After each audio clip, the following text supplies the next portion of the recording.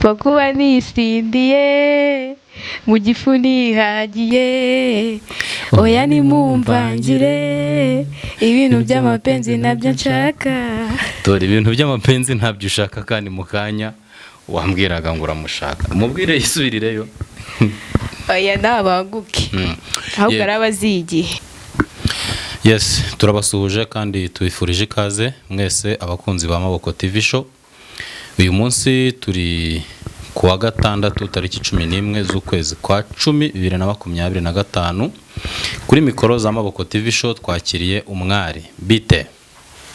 Ni byiza. Amakuru. Ni meza. Witwa nde? Nitwa Frida. Frida zamura ururabo abantu barubone ko waruhawe. Uyu munsi ni umunsi mwiza. Wiriwe ute rero? Niriwe neza cyane. Yego, ku bakunzi ba Maboko TV show, umuntu muhuye bwa mbere cyangwa se ukubonye bwa mbere wamwibwira gute mu nteruro 3 nibura? Frida ni muntu ki? Frida ni umuntu ukunda abantu, ukunda gusetsa, witonda ariko atari cyane. Ngaho nk'ubu ngubu abantu bari kutureba ngewe nabo dusetse nk'uko tubwiye ko uri umuntu ukunda gusetsa. Wakora ka geste kakadusetsa, watubwira inkuru kadusetsa, ngaho dusetse tuguteze yombi. Ushaka ko mbasetsa? Hari umuntu ejo bundi wambwiye,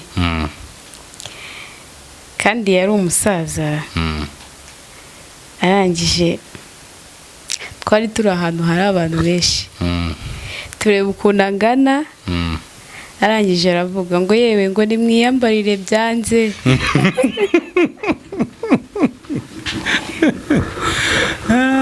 Kandi ni umusaza, byaradusekeje cyane bitewe n'ukuntu ari umusaza, twatekereza ukuntu ako kantu ari akantu k'abantu batoya, biradutungura nyine cyane. Ubwo mwaramubaje muti urashyushye?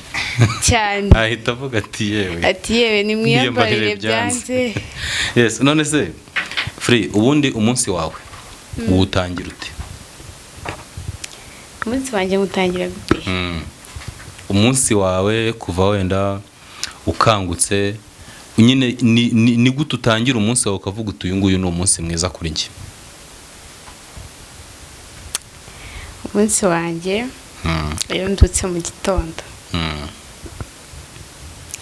ndabanza nkakora nyine ibya mu gitondo, noneho nkapanga akazi k'umunsi. Iyo nkasoje amahoro ubwo umunsi wanjye uba ubaye umunsi. None se ni iki kiguha motivation wenda ukavuga uti ngewe uyu munsi ni umunsi mwiza kuri njye, mfite impamvu yo gukora? Ni iki kigutera imbaraga mu buzima bwawe bwa buri munsi kugira ngo uvuge uti ngewe uyu munsi ni umunsi wanjye ngomba gukora? Ni iki kinera imbaraga gukora? Urumva twese mu buzima tugira impamvu yo gutuma dushaka imibereho. Wowe ni iki kigutera imbaraga zo kubyuka ukavuga utereka njye gushakisha? Urugero wenda hari uvuneka kubera ko afite umuryango, wenda nk'umupapa cyangwa se umumama. Hari nk'umukobwa uvuga uti ngiye ndashaka kuzagura imodoka.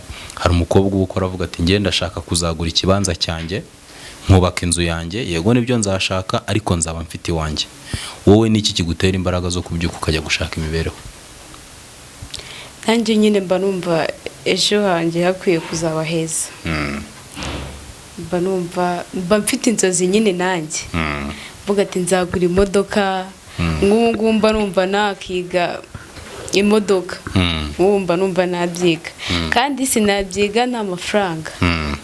Yego, nicyo kintu nanjye kinera motivation yo gushaka amafaranga. Yego, none se ko watubwiye ko ukunda gusetsa, nta kintu waba uzi inshuti zawe zikunda kukwibeshyaho?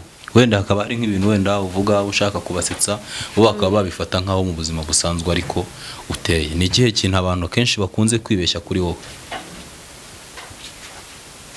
Bakunze kwibeshya yuko ntavuga. Kandi uravuga. Kandi ndavuga cyane kurusha isandisi. Yes, none se wenda twigiriye mu buzima busanzwe, uba wumva kugira ngo umuntu abe umugore mwiza cyangwa se yitwa umugore mwiza wifuzwa na buri wese, ku buryo umugabo wavuga ati narahiriwe, uba wumva uwo mugore yaba ari umugore umeze ute? Umugore ukunda abantu, kuko ngo urugo rwiza ngo rugaragarira ku mugore. Yego. Ukunda abantu, ukunda Imana. Yego. None se umugore, cyane cyane nka politike y'igihugu cyacu ivuga ko hagomba kubaho uburinganire n'ubwuzuzanye mu rugo.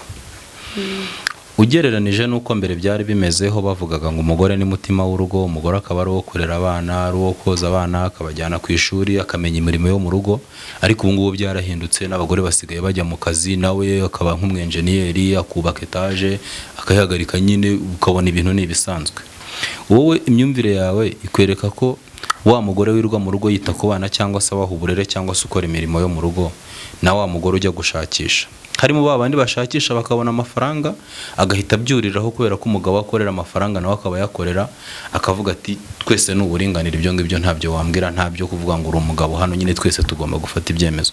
Ku bijyanye no gufata ibyemezo mu rugo, uba wumva hagati y'umugabo n'umugore ari nde wakabaye nibura afata iya mbere mu gufata ibyemezo, cyangwa se ufata cya cyemezo cya nyuma hamwe byanze? Icyo nshaka kubaza ku bijyanye n'imigenzereze cyangwa se uburyo abantu bafata ibyemezo mu rugo, umugabo yakabaye afata bya byemezo bikomeye cyane, cyangwa n'ubundi ni ngombwa ngo buri cyemezo cyose gifashwe mu rugo 100% abe yakiganiraho n'umugore, kabone nubwo batacyumva kimwe, ubwo mpaka kugeza igihe azabonekera umwanzuro? Watubwiye umugore mwiza sibyo? Nyuma yo kutubwira umugore mwiza, tugeze mu rugo noneho ibijyanye n'imyanzuro y'urugo, kuko ubu twese turakora. Mu gihe mbere umugore yirwaga mu rugo ashaka ibitunga abana cyangwa se yita ku rugo, ariko ubu nawe ajya gukora akazana amafaranga, n'umugabo akazana amafaranga. Ibijyanye n'imyanzuro y'urugo uba wumva byakagenze gute? Ahanini umugabo niwe ukunda gufata umwanzuro, ariko njyewe uko mbyumva, nubwo umugabo ahanini ari ukunda gufata umwanzuro, bakakwiye kubiganiraho na madamu wiwe. Ibyo byo ni kabone nubwo madamu wiwe atabyumva neza, ariko icyo kibazo yakimugejejeho. Yego. Ibyo byo ni ihame, bagomba kuganira bakanungurana ibitekerezo. Hanyuma ko hari aho bigera mu gukora umushinga runaka rukabura gica, umugore akavuga ati njyewe ibi ngibi bigomba kugenda gutya, umugabo nawe ati bigomba kugenda gutya. Wowe ku myumvire yawe, umugabo wawe aramutse akubwiye ati biragenda gutya, ukumva siko byakagenze, mukajya inama, agakomeza agatsimbarara ku cyemezo cyiwe, wowe nk'umugore wakora iki? Umugore niwe worohamo. Yego. Abagore badashaka koroha wababwira iki? Yewe.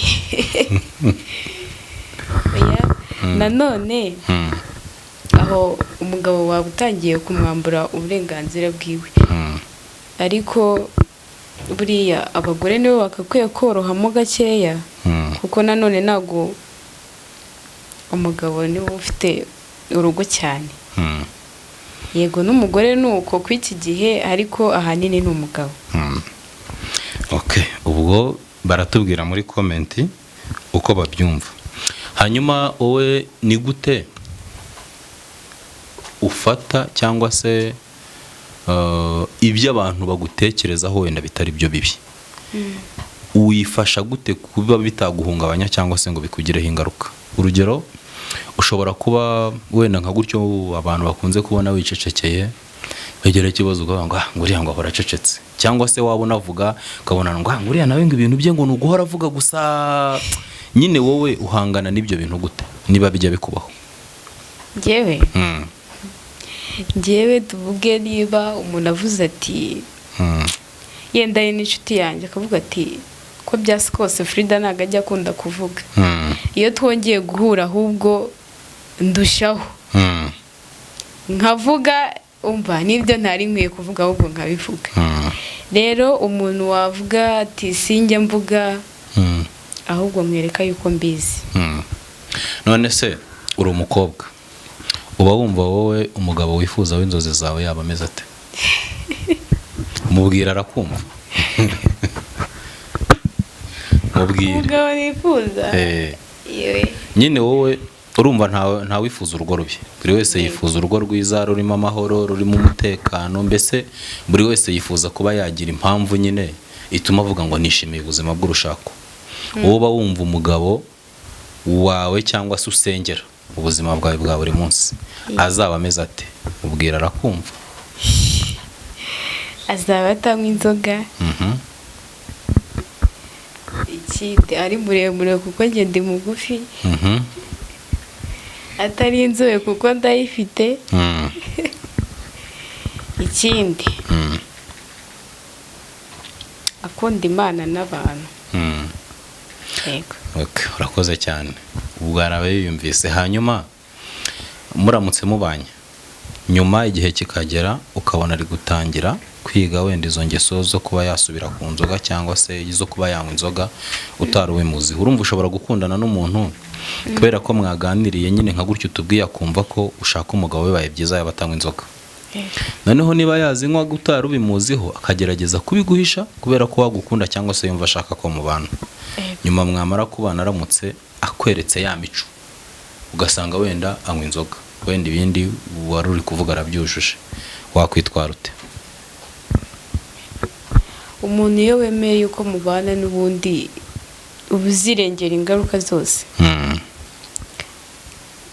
Hari abantu bajya babikora akabiguhisha koko nk'uko wari ubivuze, yagera mu rugo wewe akazinywa koko, ariko ntabwo wahita uhera ko nyine ngo umwange. Yego, n'ubundi wabyihanganira kuko n'ubundi uba waremeye kubana nawe ubuzima bwawe bwose. Ni ukuvuga ngo wowe uramutse ubanye n'umuntu hari imico runaka mibi utari umuziho, nyuma mwamara kubana ugasanga wenda hari iyo afite ariko idakabije, kuko ntekereza ko wenda nk'imico benshi batakwihanganira ni umugabo washatse cyangwa se umugore washatse uzi ko ari umwana mwiza, nimukumva wenda ari mu gico cy'amabandi buri munsi afungurwa, ejo akabashinjwa ibyaha byo kwica cyangwa se gukubita no gukomeretsa, bya byaha nyine usanga biremereye. Bivuze ngo umusanganye izindi ngeso zitari ibyo byaha mwakomeza mukabana ntacyo byaba bigutwaye, wagerageza kubyakira. Ufite umutima ukomeye. Si byo se? Hanyuma uba wumva mu buzima bw'urukundo n'icyo umukunzi wawe yagukorera ukumva uranyuzwe? Kunyitaho gusa ku buzima bwe bwa kera. Ibiganiro byo njya nkunda kumva avuga ngo inzara yaramwishe. Rero iyo ntekereje ukuntu abavuga ngo inzara yaramwishe, nareba n'ukuntu ameze n'aho ageze, ndavuga ati nta hantu Imana itakura umuntu kabisa. Gahita uvuga uti Imana ihabwe icyubahiro kabisa rwose. Weze hari ikindi kintu waba uzi kiryana kurusha inzara muri ubu buzima? Oya, ntacyo pe. Inzara iraryana rwose. Ngaho rero turira imbere gato ku ndirimbo ya Bruce Melody dukunda kurusha izindi. Pakuba nisindiye mu gifu nihagiye, oya nimumvangire ibintu by'amapenzi nabyo nshaka. Dore ibintu by'amapenzi ntabyo ushaka kandi mu kanya wambwiraga ngo uramushaka. Mubwire yisubirireyo. Oya nabanguke. Ahubwo arabazigiye. Hanyuma agace gato ku ndirimbo ya The Ben ukunda kuruta izindi? Ndirimbo ya The Ben ntabwo wayibura. afite nyinshi, ahubwo dukumva mbuza amahitamo. Okay, basutira imbere kuri 3. Kubera ko ubuza amahitamo ubwo zose ni nziza. Ni nziza kubera yuko ndamukunda nk'umuhanzi ukunda. Rero turira imbere nibura uduce duto ku ndirimbo ze 3 ukunda kuruta izindi. Wanyibukishije? Mwibutse? Ni Forever. Forever hagivuga gute? Yaririmbiye umugore we ntago yize kandi uri umufana mukuru. Yaririmbiye umugore we. Vazi.